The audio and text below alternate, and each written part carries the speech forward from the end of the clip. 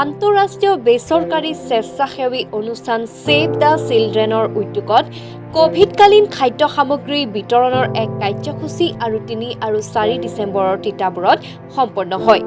তিতাবৰ ক্ষুদ্ৰ চাহ খেতিয়ক সন্থাই পূৰ্ণ সহযোগ কৰা এই সামগ্ৰী চুঙি অঞ্চলৰ বৰপাম চুঙি পঞ্চায়ত সভাগৃহত আৰু পুৰণি চুঙি প্ৰাথমিক বিদ্যালয় খেলপথাৰত মুঠ ১১৪টা পৰিয়ালৰ প্ৰতি পৰিয়ালক প্ৰায় ৬,০০০ অধিক টকা মূল্যৰ খাদ্য সামগ্ৰী আৰু কোভিড কিট প্ৰদান কৰে।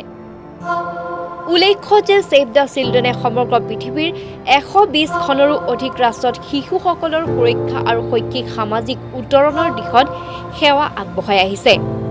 সামগ্ৰী বিতৰণ কাৰ্যসূচীত ছেভ দ্য চিলড্ৰেনৰ ৰাজ্যিক সহকাৰী প্ৰবন্ধক ৰূপম দাস, জিলা সমন্বয়ক মেদিনী তাছা, ক্ষুদ্ৰ চাহ খেতিয়ক সন্থাৰ ৰাজেন বৰা, কৃষ্ণ শৰ্মা, ছেভ দ্য চিলড্ৰেনৰ জগন্নাথ অগ্নি বৰা, ৰশ্মিৰেখা বৰুৱা, জ্যোৎস্না দুৱৰা, প্ৰাঞ্জল চুতীয়া, উদীপ্তা বৰাই অংশগ্ৰহণ কৰে।